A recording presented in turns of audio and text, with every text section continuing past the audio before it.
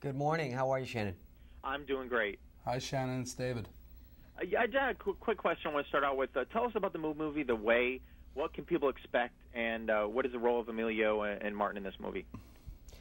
Well, the film takes place on the Camino de Santiago, which is a pilgrimage across the north of Spain. It starts in a small village in the French Pyrenees called Saint-Jean-Pied-de-Port, and it goes 800 kilometers across the northern part of Spain to Santiago de Compostela, where the remains of St. James the Apostle are buried. And pilgrims have been doing this for many, many centuries.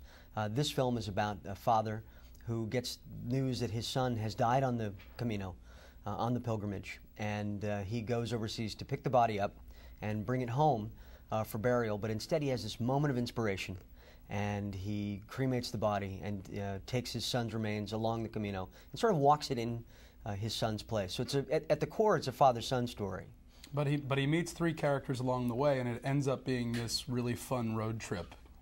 Even though clearly it starts off in the way it must, the film ends up being this extraordinary trip through the north of Spain.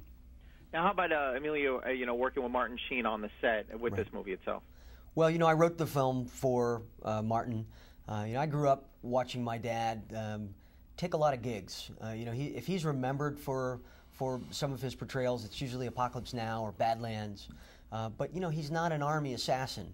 My father is this extraordinary, loving father, humanitarian, and so I wanted to create a role for him that was close to who his heart is, close to where his heart is, and close to who he is as a human being. And speaking of family, of course, the obvious question is Charlie Sheen. What is your take on what he's been through as of late? Well, he showed up to the AARP screening that we had in Los Angeles when they held their convention there a couple weeks ago. Surprised us on the red carpet, and it was just a joy to see him. He looks great. And you were in the Breakfast Club, and do you think when you were filming that you would be at the place you are today? Being as it's a cult film, people still talk about it.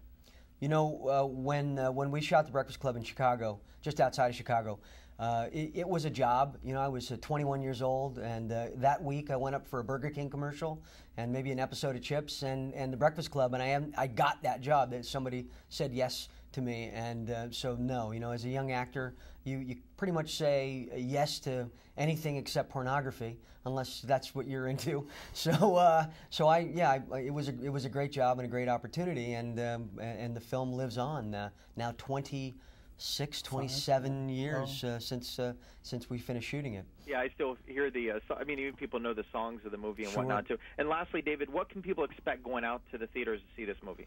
Well, I think it's a very entertaining film. It's a lot of fun. It's a classic old road story.